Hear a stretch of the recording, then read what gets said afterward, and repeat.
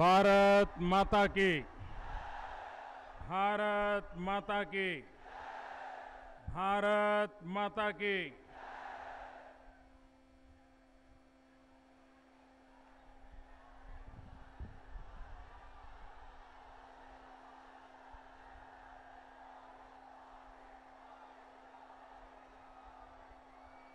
ये कुछ लोग दूसरी मंजिल पे हैं, कुछ लोग तीसरी मंजिल पे हैं।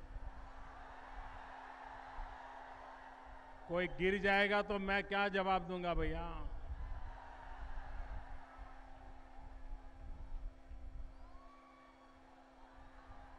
एक बार नई सरकार बनने दो, आप और नई ऊंचाइयों पर पहुंचने वाले हो, विश्वास रखिए। लेकिन अभी कम से कम नीचे उतर जाएगी।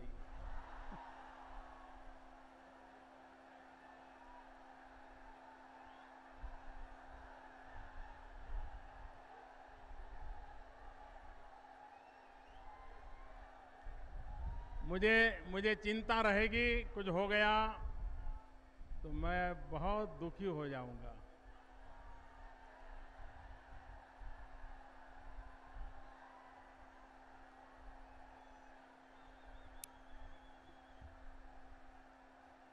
मंच पर विराजमान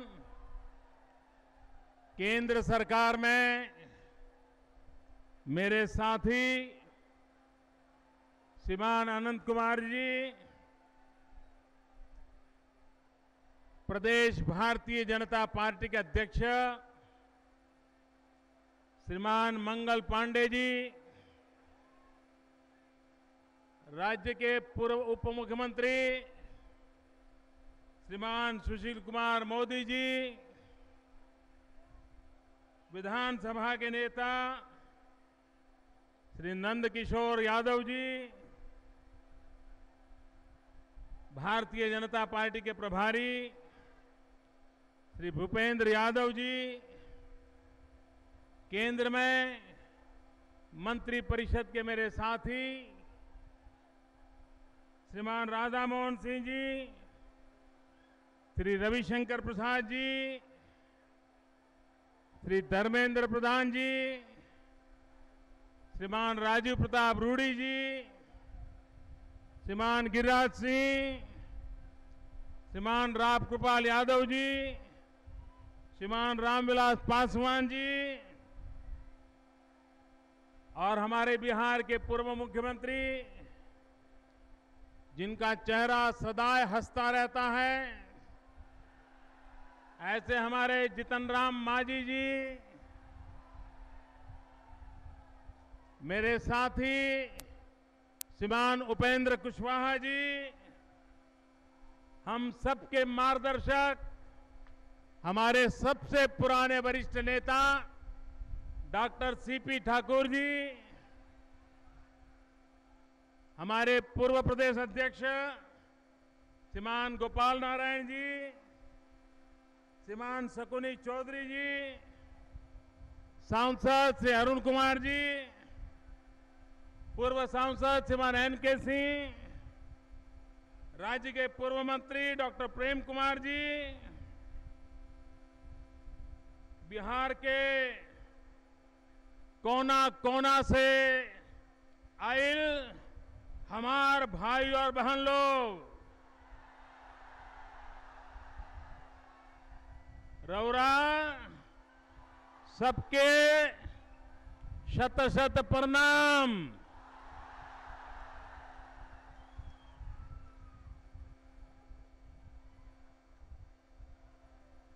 जब मेरे से यहां इस कार्यक्रम के लिए समय मांगा गया, मैं कल्पना नहीं कर सकता था कि ऐसा हुजूम मुझे देखने को मिलेगा।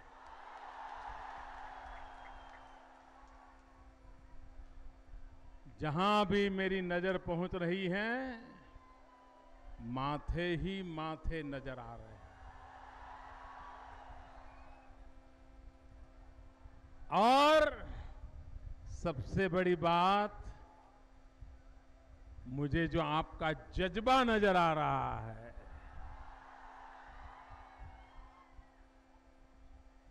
सारे पॉलिटिकल पंडित ये एक कार्यक्रम देख लें, नतीजा साफ दिखता है अगली सरकार किसकी बनने वाली।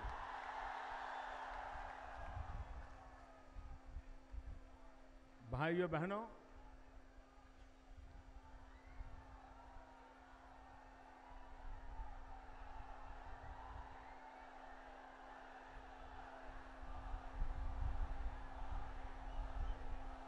जब हम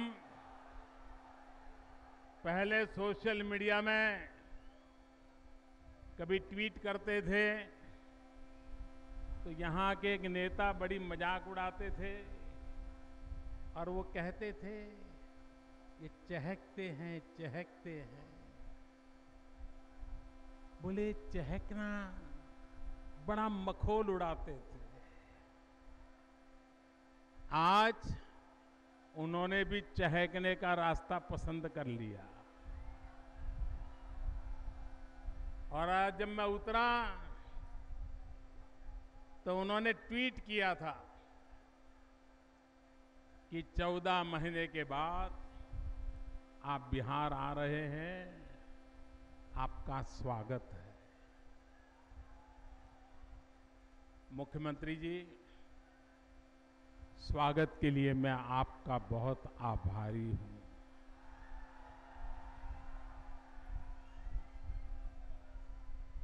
वक्त कैसे बदलता है और बदले हुए व्यक्ति का अंजाम कैसा होता है। वो भी एक वक्त था, वो कहा करते थे हमारे पास एक मोदी है, दूसरे मोदी की क्या जरूरत है। बिहार में आपको आने की क्या आवश्यकता है, आप बिहार मत आइए। और आज देखिए अपनों का विरह कितना परेशान करता है, अपनों की दूरी कैसी बेचैनी है। पिछले 10 साल के जो प्रधानमंत्री थे वो 10 साल में एक बार हवाई निरीक्षण करने आए थे और मेरा 14 महीना का विरह भी यहां के मुख्यमंत्री को परेशान कर रहा है, दुखी कर रहा है। एक एक दिन कितना भारी गया होगा उनका। अपनों से जब इतना प्यार होता है, इतना लगाव होता है, तो उनकी जरा दूरी मुश्किल ही करती है। लेकिन आप चिंता मत कीजिए, मैं अब आ गया हूं।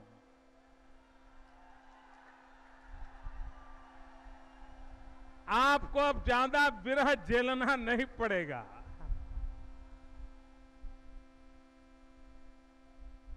भाइयों बहनों, मैं आपसे पूछना चाहता हूं, आप जवाब दोगे?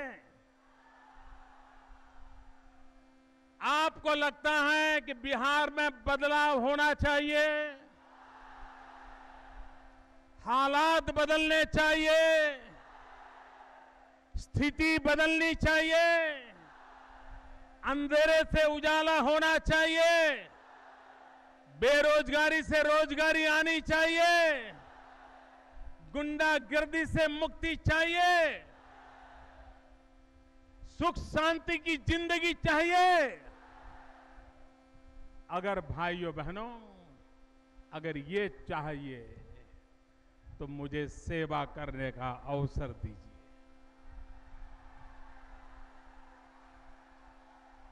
मुझे आपकी सेवा करने का मौका दीजिए और मैं आपको विश्वास दिलाता हूं, देश की आजादी से बिहार के लोगों ने जो सपनों संजोए हैं, मैं 60 महीने के भीतर भीतर आपको पूरे करके दूंगा, ये मैं आपको वादा कर रहा हूं।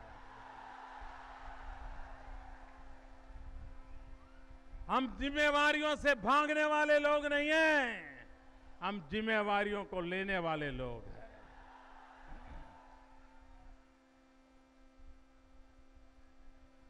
मैं कभी कभार समझ सकता हूं कि एकाध व्यक्ति के प्रति हमारी राजी नाराजी हो। मैं ये भी समझ सकता हूं किसी का चेहरा हमें पसंद न आता हो। मैं ये भी समझता हूं हमारे राजनीतिक भविष्य में शायद कहीं टकराव नजर आता हो। लेकिन अरे भाई, इतना मैं बुरा था तो कमरे में आकर के एक चांटा मार देते, गला गोंद देते। आपने एक व्यक्ति के प्रति गुस्से में आकर के पूरे बिहार की विकास यात्रा का गला घोंट दिया, गला घोंट दिया। क्या ये लोकतंत्र होता है? क्या लोकतंत्र के ये तौर तरीके होते हैं? मैं समझता हूं राजनीति में मतभेद भी हो सकते हैं, राजी नाराजी भी हो सकती हैं। अरे गुस्सा निकालने के लिए आकर के मेरा गला भी घोंट देते, लेकिन मुझे दुख इस बात का नहीं है कि आपने हमारे साथ क्या किया। मुझे दुख इस बात का है कि आपने बिहार की जनता के साथ क्या किया। आपने यहां के लोग जंगल राज से मुक्ति के लिए आपके पीछे खड़े हो गए, और आज फिर से आप बिहार को उसी जंगल राज की ओर घसीट रहे हो। आप मुझे बताइए मेरे भाइयों बहनों, क्या बिहार में वो जंगल राज के दिन दोबारा चाहिए? ये वो मौत का खेल दोबारा चाहिए? ये गुंडागिर्दी दोबारा चाहिए? ये लूट खसौट चाहिए दोबारा? मेरे बिहार के भाइयों बहनों को इस हालत में छोड़ा नहीं जा सकता। और इसलिए भाइयों बहनों, ये चुनाव किसकी सरकार बने किसकी न बने इसके लिए नहीं है। ये चुनाव बिहार के नौजवानों का भविष्य तय करने के लिए है। ये चुनाव बिहार के किसानों का भाग्य बदलने के लिए है। ये चुनाव बिहार की माताओं बहनों की सुरक्षा के लिए है। और इसलिए मेरे भाइयों बहनों, विकास के रास्ते पर गए बिना बिहार का भला नहीं होगा। और इसलिए मैं आज आग्रह करने आया हूं कि आप आइए। आपने हर किसी को आजमा लिया है, हर प्रकार के मॉडल आप देख चुके हो। एक बार हमें भी आजमा करके देख लीजिए। एक बार हमारे इस एनडीए के साथियों को बिहार की जनता की सेवा करने का अवसर दीजिए। मैं आपको विश्वास दिलाता हूं। आज देखिए, हमारी दिल्ली सरकार का जरा लेखा जोखा लीजिए। मैं नहीं जानता हूं यहां के पॉलिटिकल पंडितों ने कभी हिसाब लगाया कि नहीं लगाया है। दिल्ली में मोदी की सरकार में सबसे ज्यादा मंत्री, सबसे महत्वपूर्ण मंत्री, सबसे महत्वपूर्ण डिपार्टमेंट अगर किसी के पास है तो मेरे इन बिहार के नेताओं के पास है। एक प्रकार से बिहार के नेता आज पूरे हिंदुस्तान को चला रहे हैं। ये ताकत बिहार को कहां से कहां ले जा सकती है, इसका आप अंदाज कर सकते हो। भाइयों बहनों, आपने मुझे 5 साल के लिए चुन करके भेजा है, और बिहार ने तो भारी समर्थन किया है, भारी समर्थन किया है। मैं बिहार की जनता को शत शत वंदन करता हूं। आपने मुझे जो समर्थन किया इसलिए। मुझे बताइए, जो लोग ये कहते रहे हैं कि हम मोदी को बिहार में घुसने नहीं देंगे, हम मोदी को बिहार में आने नहीं देंगे, हमें मोदी की बिहार में जरूरत नहीं है, अगर ऐसे लोग सरकार बनाएंगे और दिल्ली से कोई नाता ही नहीं रखेंगे तो बिहार का भला होगा क्या? क्या इस देश में एक सरकार दूसरी सरकार से लड़ती रहे, इससे किसी राज्य का भला होगा क्या? ये लड़ाई वाली सरकारें चाहिए कि कंधे से कंधा मिलाकर के चलने वाली सरकार चाहिए? भाइयों बहनों, मैं दिल्ली में बैठ करके जो भी इस पूरे देश पर के संसाधन है, एक बार बिहार की सेवा का अवसर दीजिए, आपके काम आते हैं कि नहीं आते आप देख लीजिए भाई। मैं तो यहां हैरान हूं,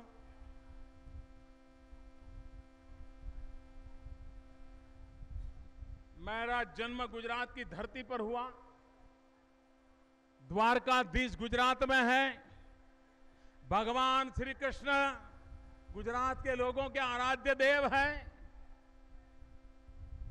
यदुवंश की उत्तम परंपरा को निभाने का काम गुजरात की धरती पर सदियों से होता आया है।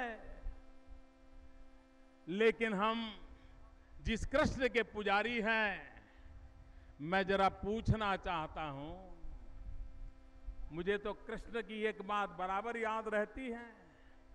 जब वो बालक थे और काली नाग के कारण लोग परेशान थे, तो बालक कृष्ण ने ताकत दिखा करके काली नाग का शिरच्छेद कर दिया था।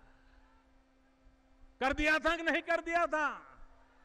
काली नाग को खत्म किया था कि नहीं किया था? और आज यदुवंश की बातें करने वाले लोग रो रहे हैं, हमें जहर पीना पड़ रहा है, हमें जहर पीना पड़ रहा है, हमें जहर पीना पड़ रहा है। अरे कृष्ण का वंशज जहर पीता नहीं, काली नाग को वंश को ही खत्म कर देता है। यही तो उसकी ताकत होती है। और आपने तो जहर पिया क्योंकि आपका स्वार्थ है। अपने बेटी बेटियों के लिए कुछ आपको इंतजाम करना है, लेकिन आपने सभी यदुवंशियों को जहर पीने के लिए मजबूर क्यों किया? उनको जहर पीने के लिए मजबूर क्यों कर दिया? क्या गुनाह है उनका? और इसलिए मैं तो हैरान हूं, अखबारों में पढ़ते हैं यहां पर क्या चर्चा चल रही है,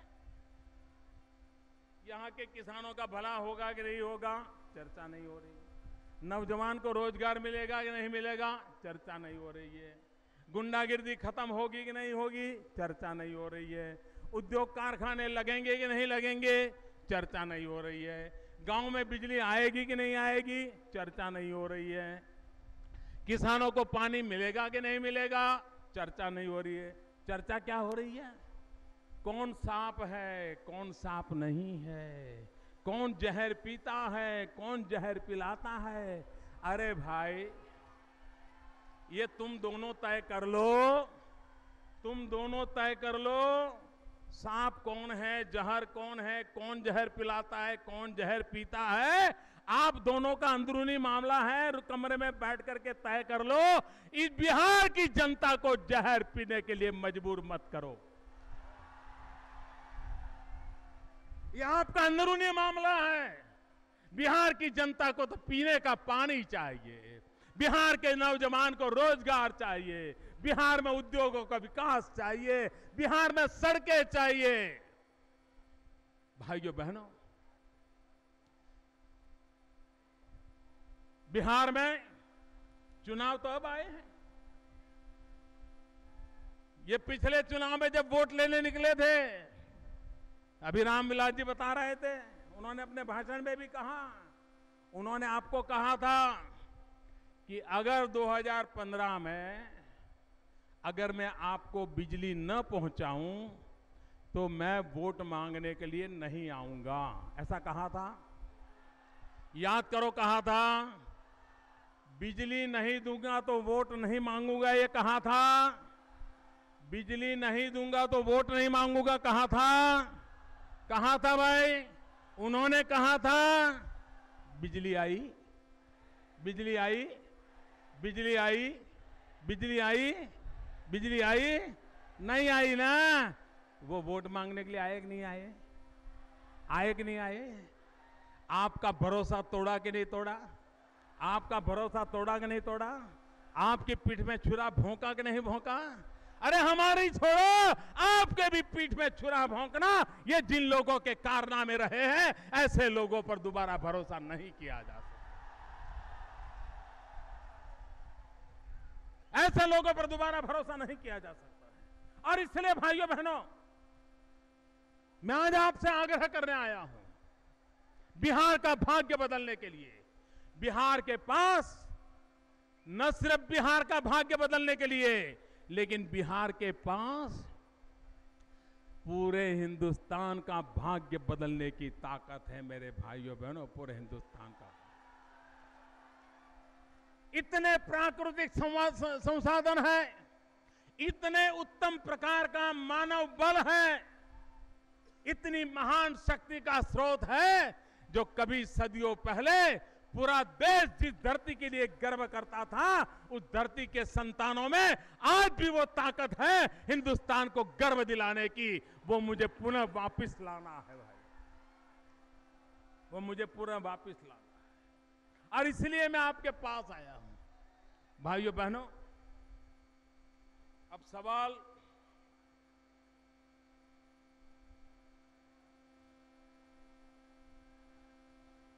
ये परेशानियां ज्यादा से ज्यादा 100 दिन है। 100 दिन के बाद बिहार की जनता इनकी छुट्टी कर देगी।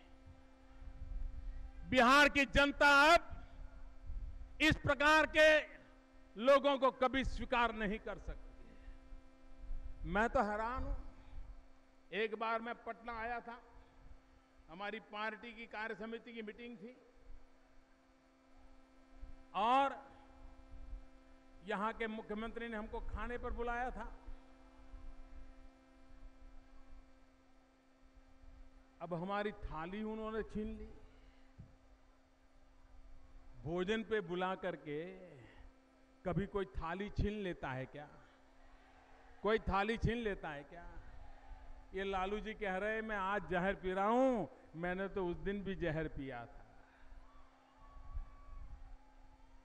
और तब मेरे मन को जरा चोट पहुंची थी। क्या राजनीति में इतनी छुआछूत? क्या सार्वजनिक जीवन के ये संस्कार कि टेबल पर परोसी हुई थाली खींच लेना? मेरे मन को बड़ी चोट पहुंची थी। मैं कभी बोला नहीं कभी उसका मला रखा, मैंने मन में रखा ठीक है भाई। लेकिन जब जीतन राम मांझी पर जुल्म हुआ तो मैं बेचैन हो गया। मुझे लगा अरे मोदी का क्या क्लास है, उसकी तो थाली खींच ली, एक चाय वाले के बेटे की थाली खींच ले, गरीब के बेटे की थाली खींच ले, लेकिन एक महादलित की तो सारी की सारी पूंजी, सारा पुण्य खींच करके ले लिया। भाइयों बहनों, तब मुझे लगा कि शायद डीएनए में ही कोई गड़बड़ है।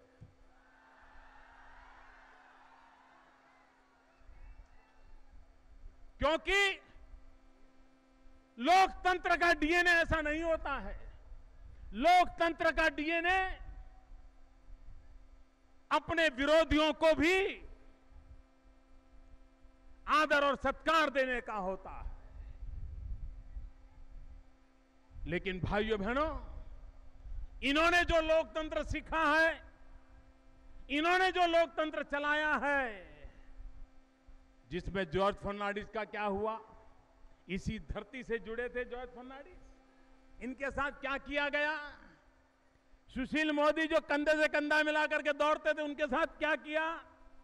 ये सारे नेता कभी न कभी उनके साथ कंधे से कंधा मिलाकर के काम किया है, उनके साथ क्या किया? क्या भाइयों बहनों, अब भी लोकतंत्र के इस डीएनए को आप नहीं समझ पाएंगे क्या? क्या ऐसे लोगों को माफ करेंगे क्या? क्या ऐसे लोगों को माफ करेंगे क्या? भाइयों बहनों, और इसलिए आज मैं आग्रह से कहने आया हूं कि बिहार को हम ऐसे तत्वों के भरोसे नहीं छोड़ सकते। बिहार में दोबारा जंगल राज नहीं आने देंगे, ये बिहार की जनता को शपथ लेना चाहिए।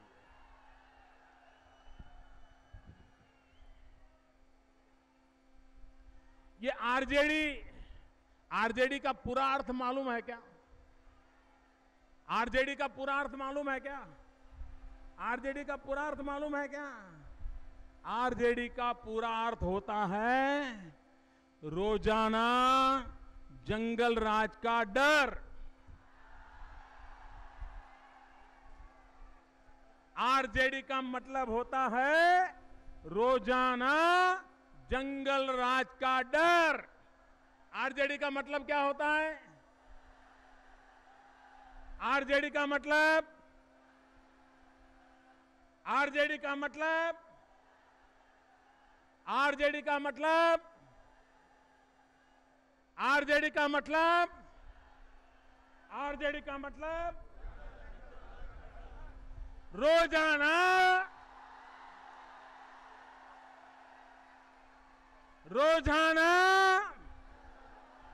जंगल राज का डर। क्या ये रोजाना जंगल राज का डर चाहिए क्या आपको? उस डर से मुक्ति चाहिए कि नहीं चाहिए? और इसलिए भाइयों बहनों, ये चुनाव ये रोजाना जंगल राज के डर से मुक्ति का चुनाव है। ये रोजाना जंगल राज के डर से मुक्ति का चुनाव है। और इसलिए मैं कहने आया हूं मेरे भाइयों बहनों, आप देखिए पहले भी सरकारें हुई, बिहार के साथ क्या हुआ है और हम बिहार के साथ क्या कर रहे हैं। आज मैं अनेक कार्यक्रमों का उद्घाटन करके आया हूं, शिलान्यास करके आया हूं। हजारों करोड़ की बैंड सौगात आज बिहार की धरती को दे करके आया हूं। भाइयों बहनों,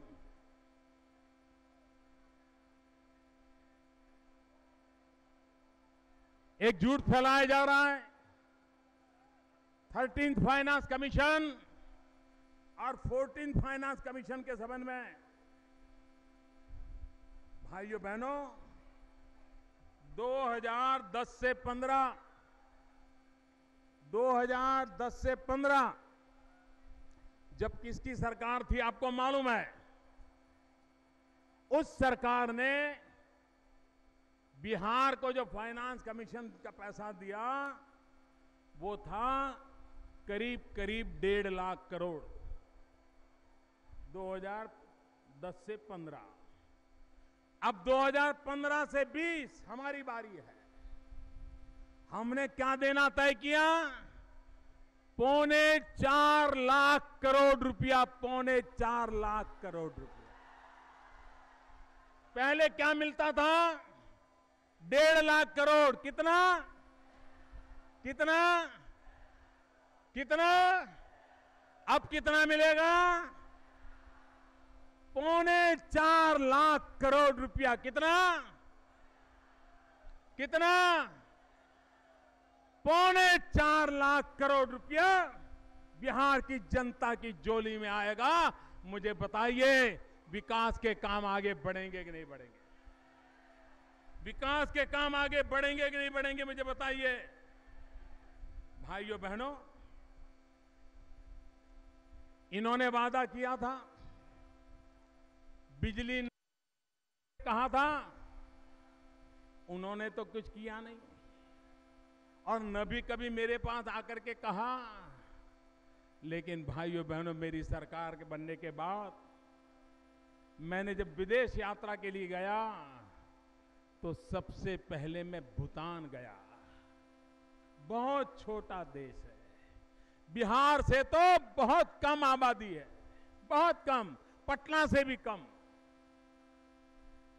भूटान गया और भूटान में जाकर के कौन सा करार किया, कौन सा निर्णय किया? भूटान के अंदर भारत सरकार धन लगाएगी और पानी से पैदा होने वाली बिजली, हाइड्रो प्रोजेक्ट, जल विद्युत, उसके लिए करार किया, शिलान्यास किया। और भाइयों बहनों, भूटान में जो बिजली पैदा होगी उसका सबसे ज्यादा हिस्सा ये मेरी बिहार की जनता को दिया जाएगा। ये निर्णय हमने किया और सरकार बनने के बाद मेरी पहली विदेश यात्रा में काम किया। दूसरी विदेश यात्रा मैंने नेपाल में की। नेपाल में भी जल विद्युत का करार किया और वहां से भी बिजली बनकर के कहां आएगी? इसी इलाके में आएगी। भाइयों बहनों, मुझे बताइए, आज इतना बड़ा बिहार, 300 मेगावाट बिजली के भी आप मालिक नहीं हो, जबकि आपको 5000 मेगावाट बिजली की जरूरत है। ये सरकारों ने सिर्फ 300 मेगावाट बिजली बनाई है। बाकी बिजली ये बना पाएंगे क्या? इतने सालों में बिजली नहीं दे पाए, वो दे पाएंगे क्या? दे पाएंगे क्या? मैं वादा करता हूं, मेरा अनुभव है, मैंने करके दिखाया है। मैं बिहार में 24 घंटे घरों में बिजली देने का वादा करने के लिए आया हूं। और बिजली आती है तो अकेली बिजली नहीं आती। बिजली आती है तो सिर्फ घर में रोशनी आती है, ऐसा नहीं है। बिजली आती है, उसके साथ ही जीवन बदलना शुरू हो जाता है। अगर बच्चों को पढ़ाई करनी है, कंप्यूटर सीखना है, बिजली आने के साथ वो भी शुरू होता है। अरे मोबाइल फोन चार्ज करना हो तो भी दूसरे गांव जाना पड़ता है। जाना पड़ता है कि नहीं जाना पड़ता है? मोबाइल फोन कितना ही महंगा क्यों ना लाए हो, लेकिन आपके काम नहीं आता है, क्योंकि पटना में बैठी हुई सरकार आपको बिजली नहीं देती है, बिजली नहीं देती। मुझे बताइए, आपको भी अच्छे टीवी शो देखने का मन करता है कि नहीं करता है? सास भी कभी बहुत ही देखने का मन करता है कि नहीं करता है? अच्छे टीवी के गाने सुनने का मन करता है कि नहीं करता है? अगर बिजली नहीं होगी तो कहां से देखोगे भाई? कहां से देखोगे? ये आपको पिछली सदी में धकेल करके इन्होंने रखा है। बिहार को उन्होंने आधुनिक नहीं बनने दिया है। भाइयों बहनों, बिजली आएगी, कारखाने लगेंगे। हम कारखाने लगाना चाहते हैं, हम उद्योग लगाना चाहते हैं। आप ही बिहार का एक संतान, आप ही बिहार का एक युवान मेरी सरकार में मंत्री है और मैंने उसको इतना बड़ा काम दिया है, उतना बड़ा काम दिया है स्किल डेवलपमेंट का। ये स्किल डेवलपमेंट बिहार का भाग्य बदलने वाला है। मैं आपको कहने आया हूं भाई, यहां उद्योग लगे, यहां के नौजवानों का स्किल डेवलपमेंट हो और यहां के जीवन बदल जाए। बिहार के नौजवान को बिहार में बूढ़े माँ बाप को छोड़ करके रोजी रोटी कमाने के लिए कहीं जाना न पड़े, ऐसा बिहार बनाने का मेरा इरादा है। और उसके लिए मुझे आपका आशीर्वाद चाहिए, इसके लिए मुझे आपका आशीर्वाद चाहिए और वो आशीर्वाद लेने के लिए मैं आया। भाइयों बहनों, आज वक्त इतना बदल चुका है। रोड कनेक्टिविटी चाहिए, रेल कनेक्टिविटी चाहिए, एयर कनेक्टिविटी चाहिए, लेकिन अब जैसे जैसे युग बदला है, लोग कहते हैं हमें तो गैस ग्रिड चाहिए कि नहीं चाहिए। लोग कहते हैं, जब सूरत में मेरे यहाँ बिहार के लोग रहते हैं, वो जब यहाँ वापस आते हैं तो यहाँ झगड़ा होता है। वो जब कहते हैं कि जैसे नलके में पानी आता है ना, वैसे गुजरात में नलके में गैस आता है, तो यहाँ के लोग भरोसा नहीं करते। वो बिहार के लोग जब मुझे मिलते हैं तो बताते हैं, मोदी जी हमारे गांव के लोग तो मानने को तैयार नहीं है कि ऐसा भी होता है। मेरे बिहार के भाइयों बहनों, वो दिन अब दूर नहीं है जब मैं पटना तक शुरुआत करूंगा और सैकड़ों किलोमीटर लंबी गैस की पाइपलाइन लगा करके पटना में घरों में गैस देना प्रारंभ कर दूंगा और आगे आगे बिहार के और स्थानों पर भी गैस जाएगा। रसोई घर में टैप चालू करते ही गैस आएगा। अब गैस का सिलेंडर लेने के लिए भटकना नहीं पड़ेगा, किसी दलाल को पैसा नहीं देना पड़ेगा। यह काम हम करते हैं जी, और हजारों करोड़ रुपया लगता है इन कामों के लिए। यह आज मैं उद्घाटन उसका शिलान्यास करके आया हूं जी। काम शुरू हो जाएगा, बजट मंजूर कर दिया है। आपके यहां फर्टिलाइजर का कारखाना बंद पड़ा था, क्या यहां के नौजवानों को रोजगार चाहिए कि नहीं चाहिए? रोजगार मिलना चाहिए कि नहीं मिलना चाहिए? अगर कारखाने नहीं होंगे तो रोजगार कहां से मिलेगा? और इसलिए भाइयों बहनों, हमने उस फर्टिलाइजर का कारखाना जो बंद पड़ा था उसको चालू करने का निर्णय किया है, ताकि यहां के किसानों को सस्ता फर्टिलाइजर मिले, खाद मिल जाए और यहां के नौजवान को रोजगार मिल जाए। और करीब 5,000 करोड़ रुपया लगने वाला है, कम नहीं लगने वाला, 5,000 करोड़ रुपया लगने वाला है भाइयों बहनों। बरौनी में 5,000 करोड़ रुपया लगने वाला है। भाइयों बहनों, कुछ लोग होते हैं जो वादे की खातिर वादे करते हैं, फिर वादे भुला देने की कोशिश करते हैं, और फिर कोई वादे की याद दिला दें तो मुकर जाने की आदत रहती है। जैसे आपको कहा गया था बिजली दूंगा तभी तो वोट मांगने आऊंगा। भाइयों बहनों, मैं भी चुनाव के समय यहां आया था, मैंने भी वादे किए थे, लेकिन मैं वादे भुलाने के लिए नहीं आया। मैंने जो वादे किए थे उन वादों को मैं खुद दोबारा याद करने आया, और मुकर जाने का तो सवाल ही नहीं उठता है मेरे भाइयों बहनों। लोकसभा के चुनाव में पटना की धरती पर जब बम धमाके चल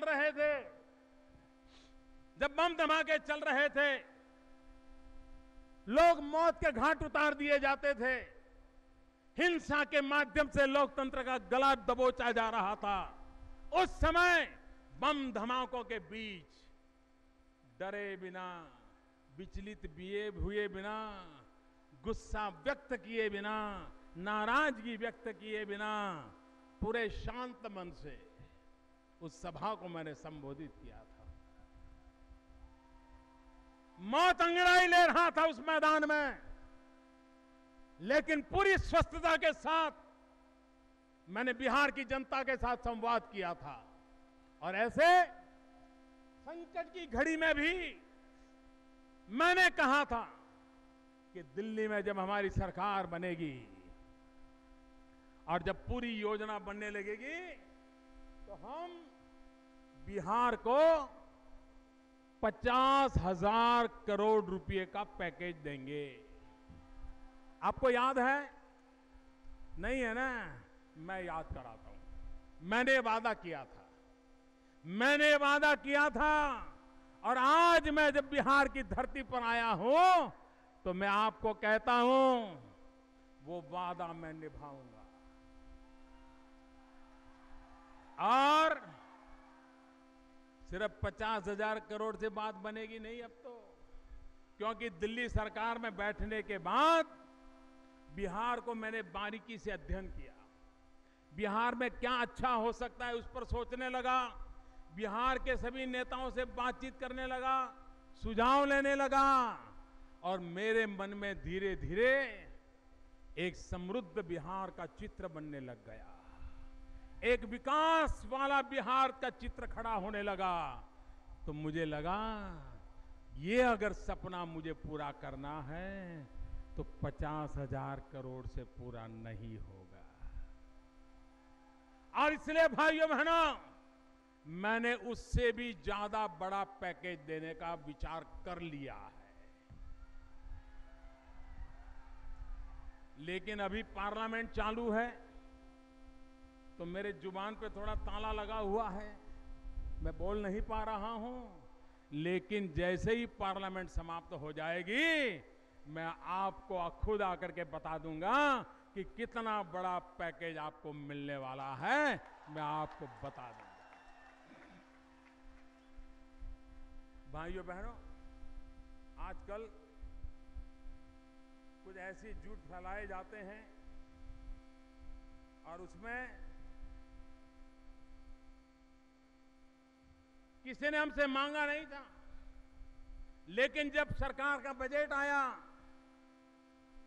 तो हमारा सपना था बिहार को आगे ले जाने का, बिहार में औद्योगिक क्रांति लाने का, बिहार के नौजवानों को रोजगार मिले, और इसलिए हमने बजट के अंदर एक योजना बनाई। स्पेशल स्टेटस वाला राज्य, उसमें सबसे ज्यादा फायदा होने वाली बातें कौन सी है? और हमने पाया कि स्पेशल स्टेटस में दो बड़ी महत्वपूर्ण बातें हैं, और हमने तय किया कि जो सबसे बड़ा फायदा है वो बिहार को मिलना चाहिए, बिहार को मिलना चाहिए। और इसलिए मेरे भाइयों बहनों, हमने बिहार के लिए नए इंडस्ट्रियल इन्वेस्टमेंट करने के लिए 15% इन्वेस्टमेंट अलाउंस और 15% का एडिशनल डेप्रिसिएशन अलाउंस, इसमें रिडक्शन का हमने घोषित कर दिया। मैं समझता हूं हिंदुस्तान में स्पेशल कैटेगरी का इतना बड़ा लाभ ये बिहार अगर दम हो तो ले सकता है। कितना बड़ा लाभ मिलेगा इसका आप अंदाज कर सकते हो। बिहार के नौजवानों को रोजगार मिल सकता है, इसका आप अंदाज कर सकते हो। भाइयों बहनों, अभी तो ये शुरुआत है, लेकिन ये जो मैं नजारा देख रहा हूं, इससे मुझे साफ लगता है कि जैसे लोकसभा में आपने मेरा साथ दिया, विधानसभा में भी उससे भी बढ़कर आप मेरा साथ दोगे। और बिहार में भाइयों बहनों, बिहार में इस बार आप निर्णय कर लीजिए, 2/3 बहुमत के साथ ही सरकार बनाएंगे। बनाएंगे? बनाएंगे। 2/3 बहुमत के साथ एक मजबूत सरकार बनाइए। और मुझे बताइए, किसी ट्रैक्टर को एक इंजन लगा हो तो ज्यादा तेज चलता है कि 2 इंजन लगे हो तो ज्यादा तेज चलता है? बताइए, कितने इंजन चाहिए? कितने इंजन चाहिए? कितने इंजन चाहिए?